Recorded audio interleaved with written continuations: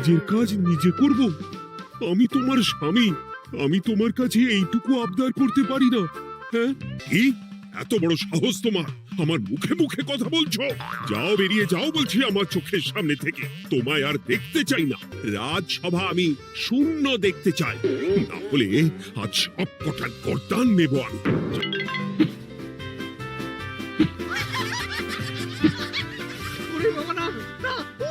Subscribe to Con Gopal. Click the bell icon. এই কৃষ্ণনগরের রানী। আমি তো তোমায় একটু কোনো কথা নয়, হ্যাঁ? নিজের কাজ নিজে করুন, বুঝলেন? অন্দরমহলে আমার অনেক কাজ আছে। নিজের কাজ নিজে করব? আমি তোমার স্বামী, আমি তোমার কাছে এইটুকু আবদার করতে পারি না? হ্যাঁ,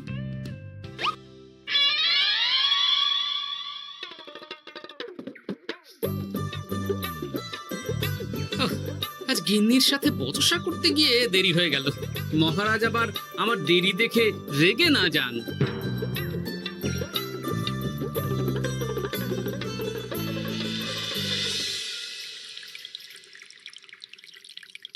হ্যাঁ, তুমি কথাটা খুব একটা মন্দ বলনি মন্ত্রী। এতে রাজ্যবাসীরও উপকার হবে, আর রাজকোষেরও খুব একটা চাপ পড়বে না। তাহলে মহারাজ সব ঘরে ঘরে এই বার্তা পৌঁছে দিই। কি এত বড় সাহস তোমার? আমার মুখে মুখে কথা বলছো? যাও, বেরিয়ে যাও বলছি আমার চোখের সামনে থেকে। তোমায় আর দেখতে চাই না। আমি আবার কি বললাম মহারাজ? কি বললে মানে? কি বলতে বাকি রাখলে শুনি? বলছিলাম কি, অপরাধ নেবেন না মহারাজ, সেনাপতি তো। চুপ, একদম চুপ। আমি মরছি নিজের জ্বালায়, আর তুমি ওই ভুল ভাল বলে আমার মাথা বিগড়ে দিতে চাইছো? মহারাজ রেগে আগুন, এই ছিলেন ঠান্ডা, এই তো মুখে হাসি ছিল, এখন হাতে ডান্ডা। কি বললে কবি? তুমি আমায় অপমান করলে? যাও, এক্ষুনি তোমরা সবাই দূর হয়ে যাও আমার সামনে থেকে। কাউকে চাই না আমি। এই মুহূর্তে রাজসভা আমি শূন্য দেখতে চাই, না হলে আজ সব কটার গর্দান নেব আমি। যাও বলছি।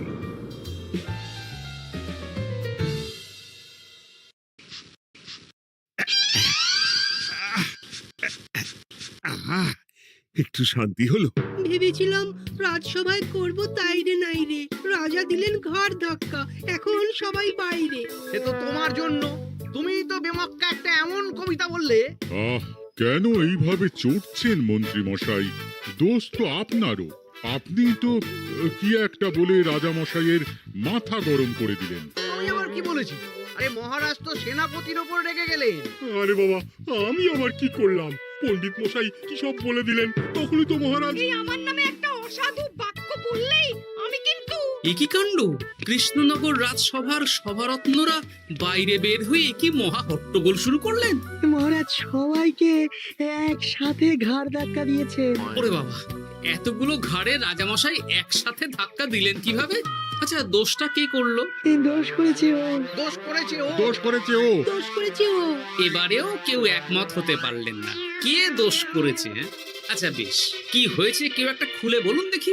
আমি বলছি, মহারাজ বেশ খোশ মেজাজি ছিলেন, কিন্তু হঠাৎ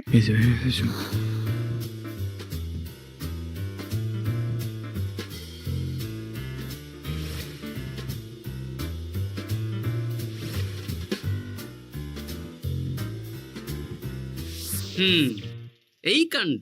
এ তো ভারী অদ্ভুত রোগ মনে হচ্ছে। মহারাজের আচমকা মাথায় রক্ত চড়ে গেল নাকি? হ্যাঁ, মহারাজ আপনাদের রাজসভায় ডেকেছেন। ওরে বাবা না, যাবো না গো আমি, আমার কাছে আমার প্রাণ সবচেয়ে দামি। আমিও যাব না, নির্ঘাত মহারাজ গর্দান নিতেই ডাকছেন। আমিও যাব না গোপাল, আমারও প্রাণের বড় মায়া। আচ্ছা, এটা কি কোনো কথা হলো? হ্যাঁ, প্রাণের মায়া কার নেই বলুন তো? আর মহারাজ যে গর্দান নিতেই ডাকছেন তার কি কোনো মানে আছে? অন্য কারণও তো হতে পারে। তুমি কি করে বুঝলে? হ্যাঁ, বুঝতে পারিনি, তবে আন্দাজ করেছি। তোমাদের কথাতেই শুনলাম মহারাজ খোশ মেজাজেই ছিলেন, সহসা রেগে গেছেন। আবার যে সহসা খোশ মেজাজেই ফেরেননি, তাই কি বলা যায়? এটা তুমি বলনি তো মন্দ। চলো সবে ফিরিয়ে আনি রাজসভার ছন্দ। আরে গোপাল, এসো এসো এসো। তা এত দেরি করলে কেন? বাকিরা কোথায়? তারা আসছেন মহারাজ। আপনি তাদের ডেকেছেন, তাদের ঘাড়ে কটা মাথা যে তারা আসবেন না। কিন্তু মহারাজ, আমি অন্য কথা ভাবছি। কি কথা গোপাল? আপনি নাকি সভায় আজ হঠাৎ সবার উপরে রেগে গিয়ে তাদের সভা থেকে বের করে দিয়েছেন মহারাজ। এ কি সত্যি মহারাজ? আরে না না গোপাল, মোটেও না। বলতে পারো আমি সবার সাথে একযোগে একটা রসিকতা করছিলাম। আমি দেখছিলাম সবাই আমার রসিকতা কেমন বুঝতে পারে। তাই নাকি? আসলে তুমি ছিলে না বলেই এরা কেউ আমার রসিকতা ধরতে পারেনি।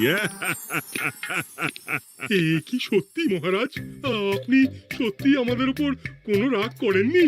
হুম, এ কি, এই সব কিছুই আপনার রসিকতা ছিল? মা, তাই নাকি মহারাজ? এই যে আপনি শুনিয়ে দিলেন কথা কড়া কড়া, সবকিছুই ছিল আসলে নিছক মজা করা। আহ, আবার যত সব বাজে বকছো তোমরা। এত কথা কেন? তোমরা কেউ আসলে মহারাজ কৃষ্ণচন্দ্রের রাজসভার যোগ্য নও। যাও যাও, দূর হয়ে যাও। কিন্তু মহারাজ, এই যে আপনি বললেন। তুমি সবার আগে যাও তো। তুমি হলে সব নষ্টের গোড়া। যাও বলছি, আমার আর ভালো লাগছে না। যাও। জব বাবা।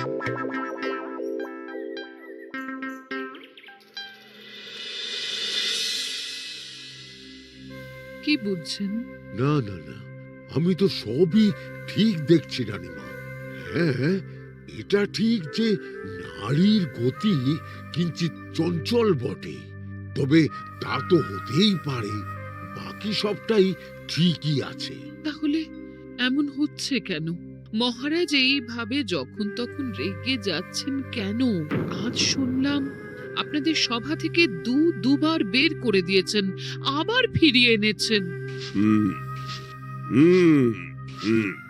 আমি ওষুধ পাঠিয়ে দিচ্ছি, আর মহারাজের কিঞ্চিত বিশ্রামের দরকার। হ্যাঁ, তোমার মাথা আর আমার মুন্ডু। বলি, আমি বিশ্রাম নিলে রাজকার্যকে চালাবে শুনি তুমি, নাকি ওই অকর্মার ঢেকি মন্ত্রী? না মানে ওই আমি। যাও, আর আমার কথা বলতে ভালো লাগছে না। আমাকে একটু একা থাকতে দাও।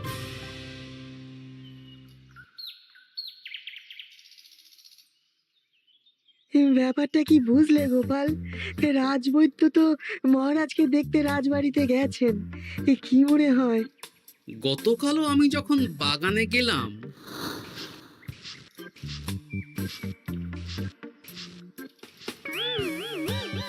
গোপাল, তোমার কি মনে হয় মহারাজকে কোন রোগে ধরেছে? এই রেগে যাচ্ছেন, আবার এই মাথা ঠান্ডা হয়ে গিয়ে ডেকে পাঠাচ্ছেন। আমি বলি কি গোপাল, তখন সবার সামনে বলিনি বটে, তবে এখন তোমার সামনে স্বীকার করতে বাধা নেই। কি কথা বিজ্ঞানী? মহারাজের এই রাগের কারণ হয়তো আমি। আমার মনে হয় আমার দোষেই উনি এরকম বারবার রেগে যাচ্ছেন। কেন? আসলে মহারাজ আমাকে একটা মাথা যন্ত্রণা সারার ওষুধ আবিষ্কারের দায়িত্ব দিয়েছিলেন, তো আমি অনেক চেষ্টা করেও সেই ওষুধটা আবিষ্কার করতে পারিনি। যেটা আবিষ্কার করেছি তাতে সেরকম কাজ হচ্ছে না। আমার মনে হয় ওনার মাথা ব্যথা থেকে এরকম হচ্ছে। সে যাই হোক, তুমি কিছু একটা করো গোপাল। মহারাজের অসুখ কিভাবে সারানো যাবে সেটা নিয়ে কিছু একটা ভাবো। ভাবতে তো হবেই। আজ সন্ধেবেলায় তুমি তোমার বাড়িতে বাকি সভাসদদের ডেকে আনো, আমি সমাধান সঙ্গে নিয়ে সময় মতো চলে আসবো। আচ্ছা বেশ, তাই হবে। আমি এখনই বাকিদের খবর দিয়ে দিচ্ছি। আর বিজ্ঞানী, একটু এদিকে এসো তো, একটা কথা আছে।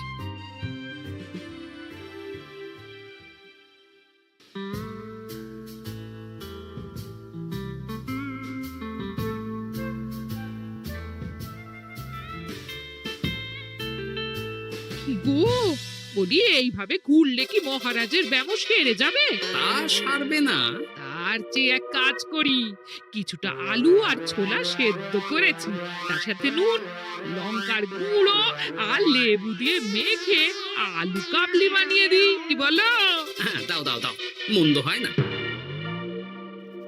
মহারাজের মন উচ্চাটন। তার কি কারণ? মাঝে মাঝে আসছেন আর মহারাজ রেগে আগুন হয়ে যাচ্ছেন, আবার যেই সে ব্যামো ঠিক হয়ে যাচ্ছে মহারাজ সেই আগের মতন। তার উপর আবার সভাসদেরা মনে করছে তাদেরও কোনো দোষ আছে। তাহলে দুয়ে দুয়ে 4 করতে হবে, কিন্তু কিভাবে কিভাবে কিভাবে? এই নাও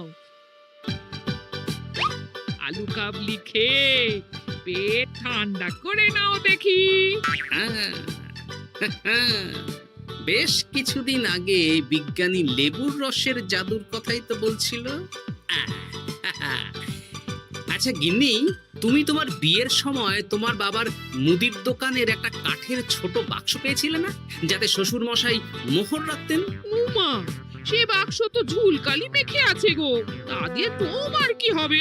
ঝুলকালি লেগেছে? বাবা বাবা বাবা, তাতে তো আমার কাজ আরো ভালো হবে। যাও যাও যাও, নিয়ে এসো দেখি। আমি ততক্ষণে বেশ খানিকটা অদৃশ্য কালি বানিয়ে ফেলি।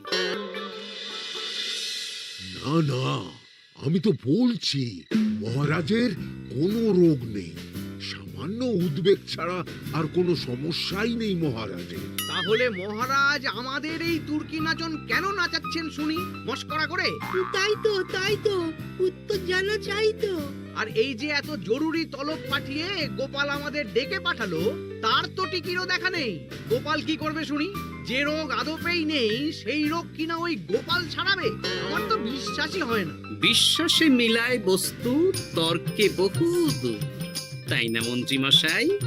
পেলে গোপাল, মহারাজের রোগ সারাবার কোনো উপায় পেলে? আচ্ছা গোপাল, রাজবৈদ্য বলেছেন মহারাজের কোনোই অসুখ নেই, তা তুমি কি সারাবে শুনি? হ্যাঁ, রোগ হয়তো রাজবৈদ্য মশাই ধরতে পারেননি, কিন্তু কিছু তো আছেই যার জন্য মহারাজ এমন আচরণ করছেন, তাই না? তা তুমি বলো না মহারাজ এমন কেন করছেন, আর কি তার সমাধান? এক এক করে বলি। আমি ভেবে দেখলাম এর জন্য আমরাই দায়ী। বলো কি? আমরা সবাই কোনো না কোনো সময়ই মহারাজের রাগের কারণ হয়েছি, তাকে আঘাত দিয়েছি, বিষণ্ণ করেছি। ইচ্ছে করে করিনি হয়তো, কিন্তু করেছি। আর মহারাজ সেই সব কথা বুকে চাপা দিয়ে রেখেছেন। তুমি বলতে চাইছো অতীতে সেই সব ভুলের কারণেই মহারাজ এমন করছেন? আমার তো তাই মনে হয় সেনাপতি। আচ্ছা আচ্ছা, তর্কের খাতিরে যদি তাই ধরে নি, তাহলে এখন আমাদের কি করণীয়? আমরা তো কাল যন্ত্রে চেপে অতীতে ফিরে যেতে পারবো না যে সেই সব ভুলগুলো শুধরে দেব। তা হয়তো হবে না, কিন্তু কিংকর্তব্য বিমূঢ় বাবার আদেশ যদি মানি, তাহলে এই সমস্যার সমাধান সম্ভব মন্ত্রী মশাই। কি বললে? ত্রিকালজ্ঞ বাবা কিংকর্তব্য বিমূঢ়, সে আবার কি গোপাল? আছেন একজন জ্ঞানী ব্যক্তি, আমার খুব পরিচিত। তার দেওয়া একটা উপদেশ আমার জানা আছে। আমার বিশ্বাস তাতে মহারাজের এই সমস্যার সমাধান হয়ে যাবে। কি করে শুনি? এই কালি হলো অদৃশ্য কালি। কলম দিয়ে অদৃশ্য কালিতে কাগজের উপর লিখতে হবে। কি লিখতে হবে? লিখতে হবে যে মহারাজের সাথে অতি সাম্প্রতিক কালে আমরা যা যা অন্যায় করেছি তাই লিখতে হবে। কোনো মিথ্যে কথা লেখা যাবে না। তবে চিন্তা নেই, অদৃশ্য কালি, ফলে কেউ কারো লেখা পড়তে পারবে না। এইবার এই কাগজ ভাঁজ করে ফেলে দিতে হবে এই বাক্সে। বাক্সে তালা, তার চাবি থাকবে মন্ত্রী মশাইয়ের কাছে। আবার আমার কাছে কেন? পরে যাতে কোনো সন্দেহ না করেন, যা সন্দেহ বাতিক মৌন আপনার। বললে এইবার এই বাক্স সারা রাত নদীর ধারে বটতলায় পড়ে থাকবে, চাঁদের আলো পান করবে। তারপর সকালে আমরা সবার সামনে এই বাক্স ফেলে দেব নদীর জলে। সবার অন্যায় সারা রাত চাঁদের আলো পান করে শুদ্ধ হয়ে ভেসে যাবে নদীর জলে। ব্যাস ব্যাস, আমরা সবাই পাপ মুক্ত হয়ে যাব। একদম সবাই শুদ্ধ হয়ে যাব, আর মহারাজের ব্যায়ামও সেরে যাবে। কিন্তু তুমি কোনো চালাকি করছো না তো গোপাল? অদৃশ্য কালিতে লেখার সাথে আমি আর কোন চালাকি করব মন্ত্রী মশাই? দেখুন, আমি একটা কাগজে লিখছি। কি কিছু বোঝা যাচ্ছে? সত্যি তো কিছু বোঝা যাচ্ছে না যে আদৌ কিছু লেখা হয়েছে কি হয়নি। তাহলে লেখা শুরু করা যাক। এক এক করে লিখুন আর কাগজ ভাঁজ করে বাক্সে ভরে দিন। আর হ্যাঁ, একদম মিথ্যে কথা লিখবেন না, তাহলে কিন্তু লেখাগুলো অদৃশ্য থাকবে না, ফুটে উঠবে। আচ্ছা গোপাল, বুঝেছি। কলম কালি মন, লেখে 3 জন। মিথ্যে কথা লিখে দিলেই ঘটবে অঘটন। আমি বাক্সটা নদীর পাড়ে সঠিক জায়গায় রেখে আসবো। তারপর কাল সকালে সবাই মিলে এই বাক্স ফেলে দেব নদীর জল, ঠিক আছে?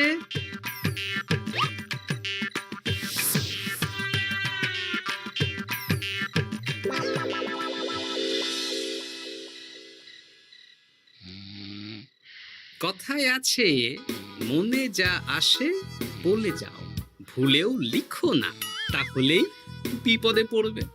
এদিকে কেমন সবাই নিজের নিজের দোষ লিখে বাক্সে ফেলে দিয়েছে। ভাগ্যিস আমি সবার লেখা কাগজগুলো রাতের অন্ধকারে বের করে আনলাম।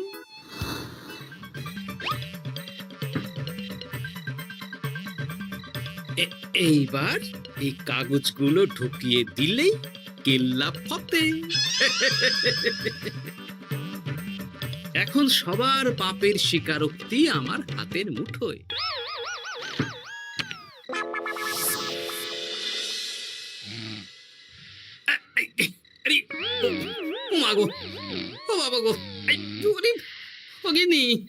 বলি, নাক ডেকে তো ঘুমোচ্ছ, আমার পিঠটা একটু চুলকিয়ে দাও দেখি।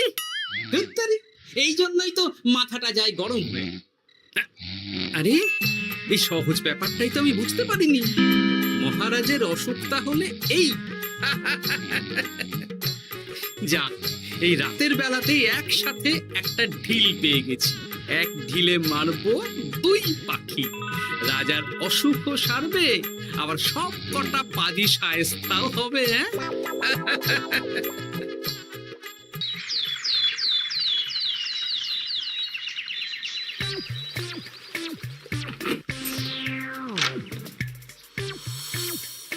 কি, এইবার শান্তি হয়েছে তো মন্ত্রী মশাই? যেমন অদৃশ্য লেখা ছিল সেরকমই আছে তো? কিন্তু এতে কি মহারাজের রোগ সেরে যাবে? যাবে না মানে? মনে করুন সেরে গেছে।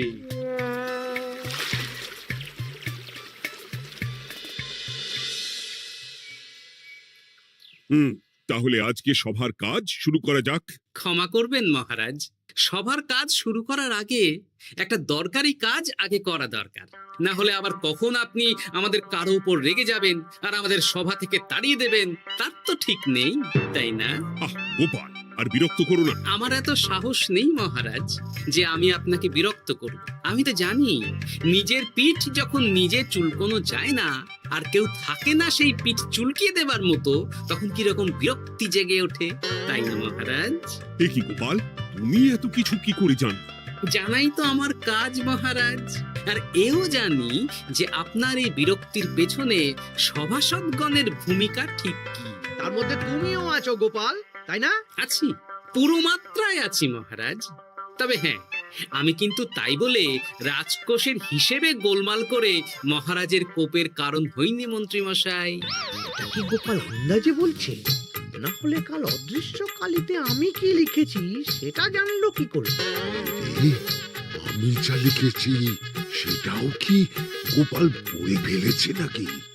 যাকে পড়লেই বাকি, সব লেখা তো ওই নদীর জলে ভেসে গেছে। আমি যে লিখেছি তার প্রমাণ কি? তবে আর চিন্তা নেই মহারাজ, সমস্যার সমাধান হয়ে গেছে।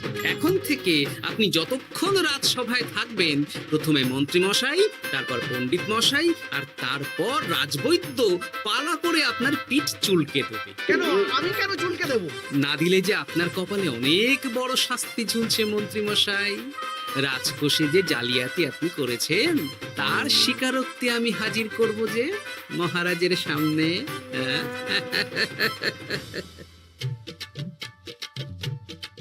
এই নিন মহারাজ, মন্ত্রী মশাইয়ের পাপের স্বীকারোক্তি। আপনি আগে মন্ত্রী মশাইয়ের লেখাটা পড়ুন, তারপর একে একে সকলের স্বীকারোক্তি দিচ্ছি। এ কি মন্ত্রী, তুমি রাজকোষ থেকে 500 মোহর চুরি করেছো, আর তার বদলে সেই হিসেব তুমি পুকুর পাড় বাঁধানোর খরচ হিসেবে দেখিয়েছো। এই সেরেছে, এটা ফুটে উঠলো কি করে? সে অনেক কাণ্ড মন্ত্রী মশাই, বাকিদের সবারটাই আছে, এত জেনে কাজ কি? না না, জানতে তো হবেই। তাহলে শুনুন, এই অদৃশ্য কালি আসলে লেবুর রস। গতকাল রাতে আমি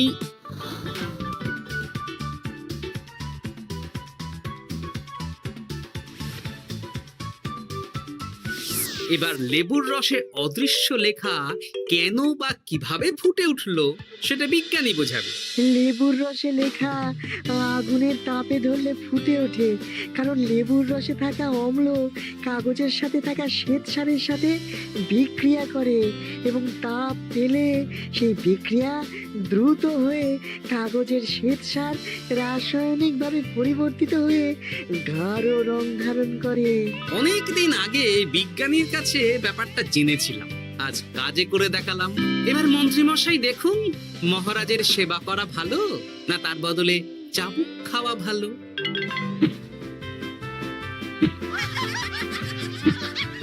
ওরে বাবা না, না, উফ! আগে যেমন বুনো ওল তেমনই তো বাঘা তেঁতুল হবে মন্ত্রী মশাই। যা, রাজা মশাইয়ের মেজাজ আবার বিগড়ে যাওয়ার আগেই কাজ শুরু করে দিন ও বাকিদেরকে সেবা করার সুযোগ করে দিন। আজ থেকে ভুল হলে শুধরে নেব ভুলকে, মন্ত্রীমশাই মহারাজের পিঠ দেবে চুলকে।